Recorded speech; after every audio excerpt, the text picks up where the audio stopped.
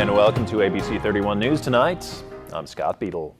Tonight's big story, Northwestern State University welcomed Dr. Chris Maggio to his new position as the 19th president of the university. ABC 31's Shar Thomas has the story. Northwestern's faculty and students welcome President Chris Maggio with open arms as he transitions from vice president to president. Chris Maggio held his first news conference as Northwestern's 19th president. President Maggio expressed his gratitude for the students and the staff at NSU and their support. We have a strategic vision at the university where we're focusing on 5 different areas. We're going to continue to work on academic excellence, continue to strengthen our academic programming at the university, make sure our students remain at the focus of our university. We're going to make sure that they have opportunities and experiences that they can't receive at any other university. President Maggio has set out plans to help the institution grow with a strategic vision he and the faculty will focus on that will set Northwestern State apart from any other institution. Shar Thomas, ABC 31 News. Pineville police make an arrest after what they describe as a father-son fight. 43-year-old Theophilus Rowland Jr. is accused of attempting to kill his son, Michael Swallow. Police say that he hit him several times in the head with a hammer on Sandifer Lane over the weekend. Avoyelles authorities say an inmate who walked off his assignment back in March and stole a Bunkie City vehicle is back in custody. They say George Hennigan was captured in Denver over the weekend. 3 are arrested by Alexandria police over the weekend after a traffic stop at Coliseum and Hyman. They're from Mooraville, and 2 are charged with felony drug offenses. They're 24-year-old Jeremy Jackson and 19-year-old Devin Coleman. Police say they found meth, OxyContin, and crack in the vehicle, as well as a gun. And a man from Ball was arrested over the weekend for DWI 4th offense. 48-year-old Martin Nugent Jr. was arrested on North MacArthur after Alexandria police say they caught him going around 80 miles an hour. He's also charged with driving under DWI suspension.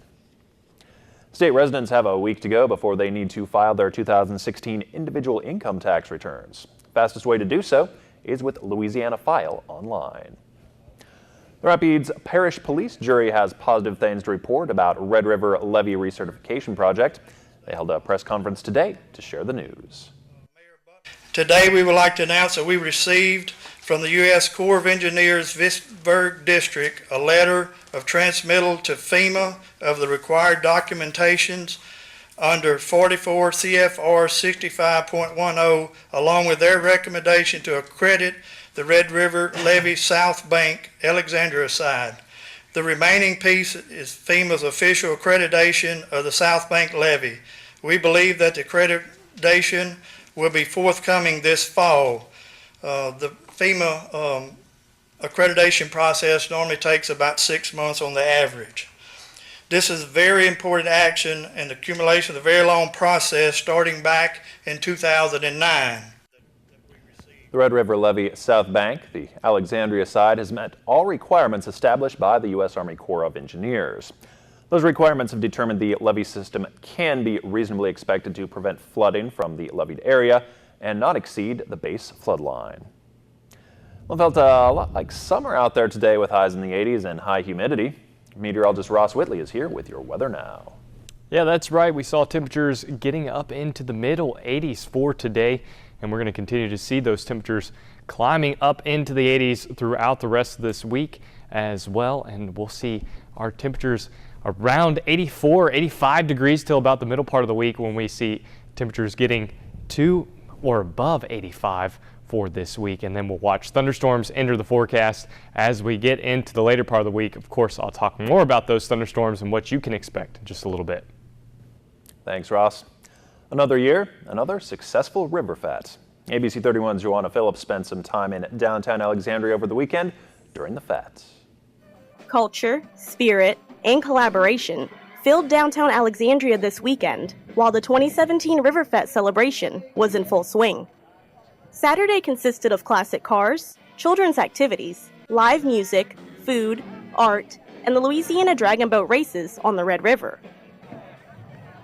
I love the whole experience, the community, the environment, the day, just everything was awesome. It's hard to pick what was the best thing. The excitement of winning our best 2 out of 3 races. So it's like that was the best part. Like congratulating my team for doing a great job. We're in sync and it's just beautiful.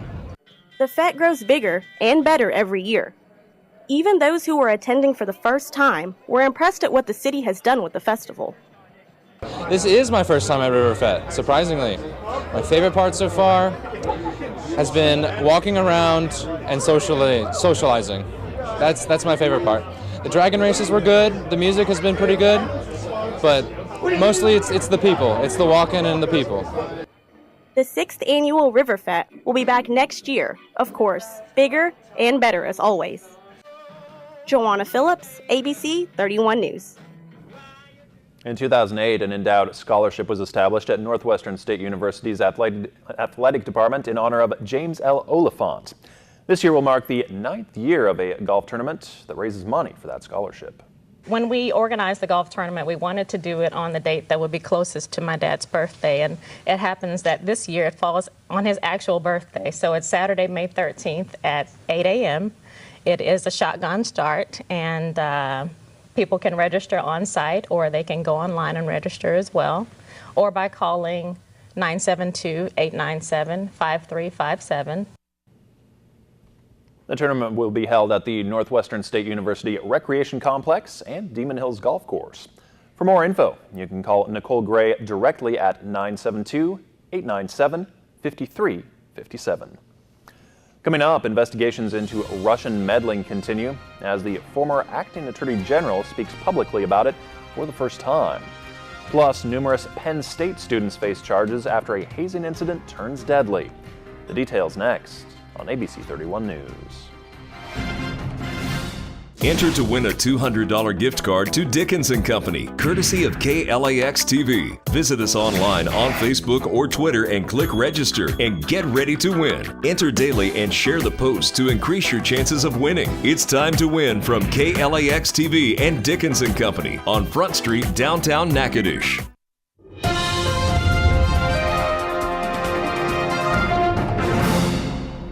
Now to the Russian investigations. For the first time since she was fired by President Trump, former acting Attorney General Sally Yates spoke publicly about the role she played in warning the Trump administration about former National Security Advisor Michael Flynn and his contact with the Russian ambassador. ABC's Lana Zach has the latest from Washington. What did you tell the White House about Mr. Flynn? Sally Yates, the former acting attorney general, told the Senate subcommittee investigating Russian interference in U.S. elections how she warned the White House counsel. A number of press accounts of statements that have been made by the vice president and other high-ranking White House officials about General Flynn's conduct that we knew to be untrue. Prior to being fired for her opposition to the president's travel ban, the acting attorney general had warned the Trump administration that their new national security advisor, Michael Flynn, was not being honest when he told Vice President Pence that he had no contact with Russian officials, which led to Flynn's firing. In a situation where the national security advisor essentially could be blackmailed by the Russians. But it was Ms. Yates who President Trump impugned on Twitter, writing, "Ask Sally Yates under oath if she knows how classified information got into the newspapers soon after she explained it to White House counsel." Also on Monday, it was revealed that during the transition, President Obama warned then-President-elect Trump not to hire General Flynn, a suggestion that White House spokesman Sean Spicer brushed off. This is a guy who was very outspoken in his criticism of President Obama's policies. So the idea that President Obama didn't like the guy doesn't seem shocking. The question you have to ask yourself is, if they were concerned, why didn't they take any steps? Ms. Yates was also joined by the former Director of National Intelligence, James Clapper. Both were asked if they had been the source of or had authorized any of those leaks of classified information, and both said under oath emphatically that they had not. Lana Zach, ABC News, Washington. Opponents are vowing to challenge a new law that bans sanctuary cities in the state of Texas. The governor signed the ban late last night, sparking demonstrations outside the governor's mansion. The ban will allow every Texas police officer and sheriff's deputy to ask someone if they are in the U.S. legally during routine stops. It also threatens law enforcement officers with jail time if they don't cooperate with federal immigration agents. Travis County Judge Sarah Eckhart predicts Hispanics will now be subjected to racial profiling, and the legislation will target Texas's large Mexican and Central American communities. Even the native born are in fear that they're going to be pulled over and asked by a police officer whether they belong here or not. That law will take effect on September 1st. The head of the ACLU of Texas is vowing to fight the law in court and at the ballot box. France has elected a political newcomer as its next president. Former banker Emmanuel Macron won 66% of the votes as an independent centrist candidate. At 39, he will be France's youngest president. He beat far-right firebrand Marine Le Pen in yesterday's runoff election after a divisive campaign. President Trump tweeted congratulations to Macron on his big win. New charges in the tragic death of a Penn State fraternity pledge. In an ABC News exclusive, we're hearing from one of his fraternity brothers who was there when he died after a hazing ritual. ABC's Aaron Katersky has the details. 8 Penn State fraternity brothers are now charged with involuntary manslaughter and assault 3 months after the death of 19-year-old Timothy Piazza during a party. Prosecutors say in February the fraternity brothers made Piazza and 13 other Beta Theta Pi pledges participate in a hazing ritual called the Gauntlet. They had to consume 4 to 5 drinks in just 2 minutes. Make them go from station to station and drink copious amounts of alcohol really quickly. Friday, prosecutors laid out details of how the night unfolded. Surveillance video captured nearly 8 hours of the sophomore's increasing distress. The injured Piazza tried to get up, but fell over and over again. 4 men were seen dragging his limp body upstairs. Piazza died the next day from traumatic brain injury. His blood alcohol level, 0.40, 5 times the legal limit. Prosecutors allege his fraternity brothers were trying to cover up their drinking and coordinate a story. Of course, it's a tragedy, but, that doesn't mean there was any intent involved in any of this. The grand jury disagreed, saying the fraternity brothers were concealing evidence by deleting text messages and discussing erasing surveillance video. In one deleted text message, a fraternity brother wrote, "If need be, just tell them what I told you guys. Found him behind a bar the next morning. He was freezing cold, but we decided to call 911 instantly." But one student present that night who is not charged in Piazza's death shared his story on GMA this morning. So I'm questioning myself. I'm saying, do I really know what I'm talking about? When everyone is telling me that I'm wrong, it was just hard to think. Piazza's parents spoke out on their son's death. This is the result of a feeling of entitlement, flagrant disobedience of the law, and disregard for moral values. Aaron Katersky, ABC News, New York. 10 other fraternity members will be in court this week to face charges. Penn State's president calls the alleged details sickening and difficult to understand. One study suggests these kinds of tragedies happen at least once a year at an American university, and 82% of on-campus hazing deaths do involve alcohol. Turning to our weather now, summery conditions out there. Yeah, warm and humid, and we're going to see that continuing into the middle part of the week. If you like sunshine and you like the humidity, then you'll like the forecast that we have coming up. We will see thunderstorms in the forecast. Of course, we'll talk about that next. I'm Chris Hansen, and this is Crime Watch Daily. We get bad guys arrested. This is why heroin is such a problem, and you're part of it. You get warrants issued. I went to meet somebody, and they say that she was underage. And with your help, the real perpetrators, they're going to be sitting in prison, and my daughter is going to be free. You get justice served. Very grateful for Crime Watch Daily. Airs weekdays at 3 on KLAX TV.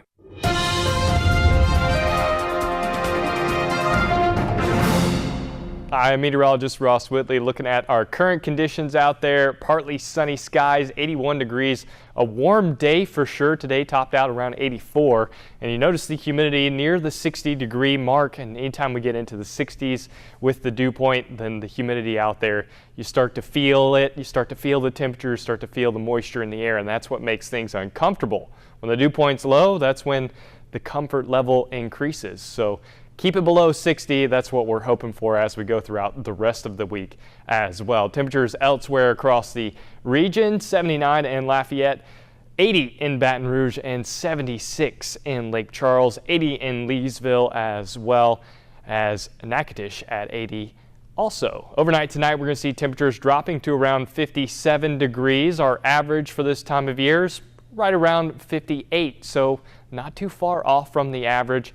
Cloud cover not an issue, and chance of rain also not an issue. You notice the winds out there around out of the southeast at about 5 miles per hour, and we're going to continue with those south winds as we head throughout the rest of the week. We have mostly sunny conditions continuing as we head into the rest of this work week, and then we get more humid as we head into the latter part of the week, say about Wednesday into Thursday, before we start watching for some thunderstorms to enter our forecast for that Thursday and Friday. Tomorrow's set up warm and dry across our region, looking off to the west of an area of low pressure. It's going to kind of just sit and spin in the west, so we're not going to have to worry about this area of low pressure moving on out and into our area until we get into the last part of the work week around Thursday or Friday. Friday actually looks like the worst day in the work week. Looking at our overnight lows across the area, see Marksville at 56 degrees and 58 in Otis and 58 in Boyce. We're going to continue with around 57 degrees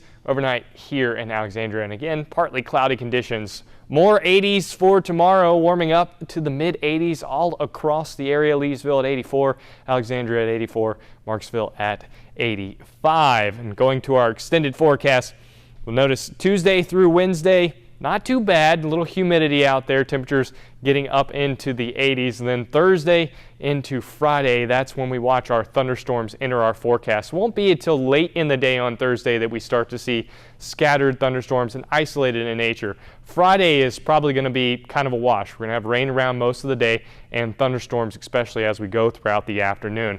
Going into the weekend, things looking much better, but we start to really warm up as we head into Sunday and Monday, and we'll have to watch the heat as we get into next week. Scott? Thank you, Ross. It's a trick that might just improve your performance at the gym, requiring nearly no preparation or effort, but you might not want to tell your mom. With more, here's Kenneth Moten. Zumba, CrossFit, SoulCycle. Hardly a day goes by without a new exercise fad. But now, new research suggests fitness junkies may be able to look forward to a new gym habit: swearing. Scientists presenting at the British Psychological Society meeting found in a small study that exercisers tend to perform better when grunting out profanities. The researchers, in fact, found off-color language led cyclists to produce 24 more watts of peak power and grippers to exert nearly 5 pounds of additional grip strength. And that's not all. Swearing may also mask the fact that you're working out harder and experiencing more pain and fatigue. All that cussing canceling out these sensations. The authors think swearing might help because it enhances our fight or flight response, even though swearers didn't demonstrate a faster heart rate or other changes we would expect if this were true. Regardless, those fond of using dirty words while performing a clean and press should be aware of an obvious side effect of this activity. You just might get kicked out of your gym. Coming up in sports, hear from the new NSU president and what he had to say to the seniors on the baseball team. And you're not going to want to miss just how far this college football player kicked a field goal.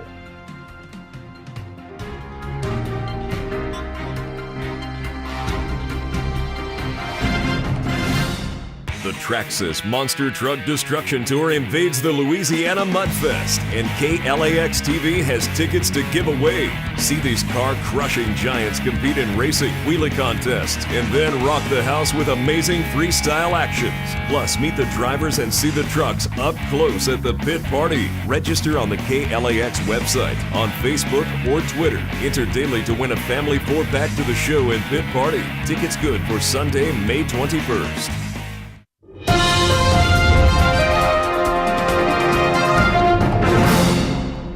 Good evening, everyone. I'm Charlie LaPastora. Road trip.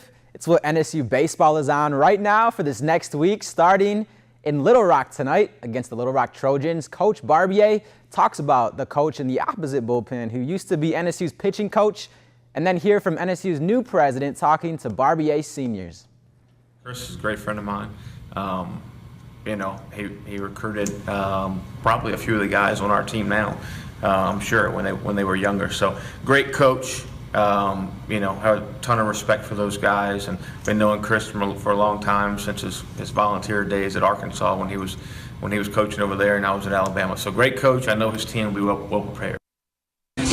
Guys, I know y'all going out. We're proud of y'all. Y'all work hard. Y'all work hard every day. These guys, these young ones look up to y'all, okay? Y'all go out and act this here right here. Y'all get back to Northwestern. You show Northwestern you're proud to be a Dean.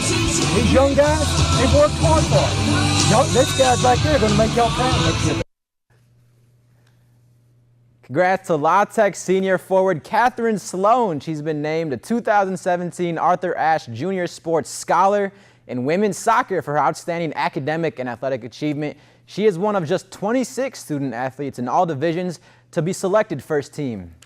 And congrats to Rafael Gladu, who was named Conference USA Player of the Week.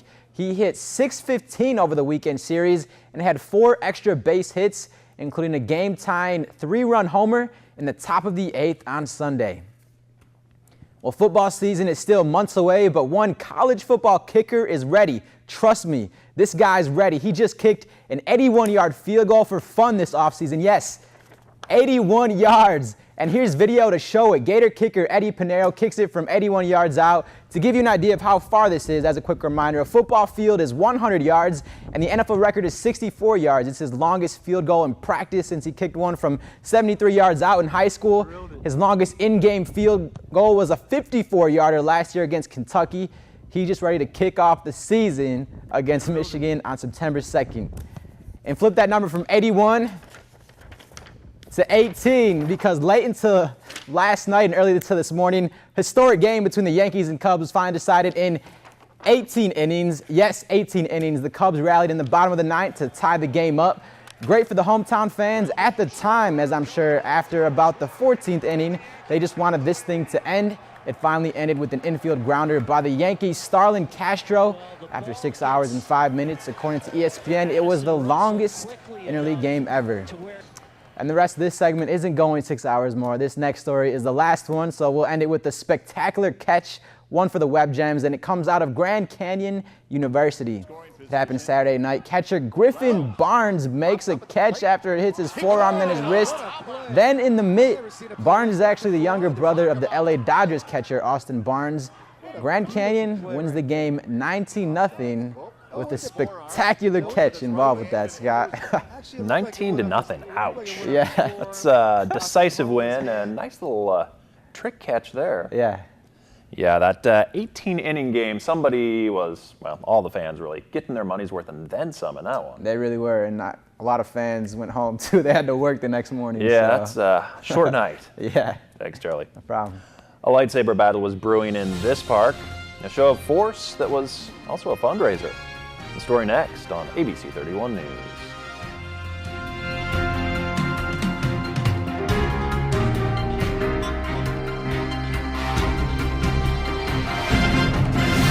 Stay connected with KLAX ABC 31. Visit us online anytime. Get today's top stories and trending topics. Like us on Facebook. Follow us on Twitter. See our pics on Instagram. Watch us on YouTube. And make KLAXTV.com your home for local news and information. Plus, download the KLAX weather app for your smartphone or tablet. Get live current conditions, radar maps, alerts, and more. More ways to stay connected with KLAX TV.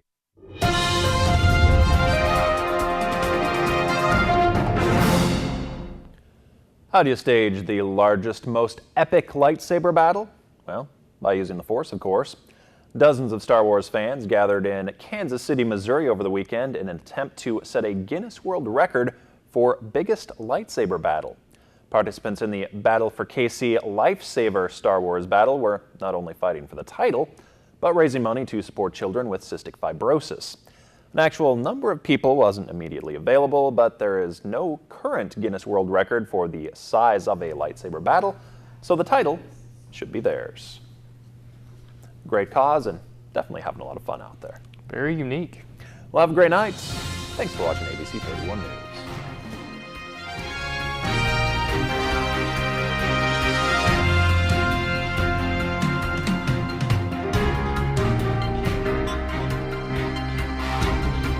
So if it wasn't you Who killed Michael Jackson?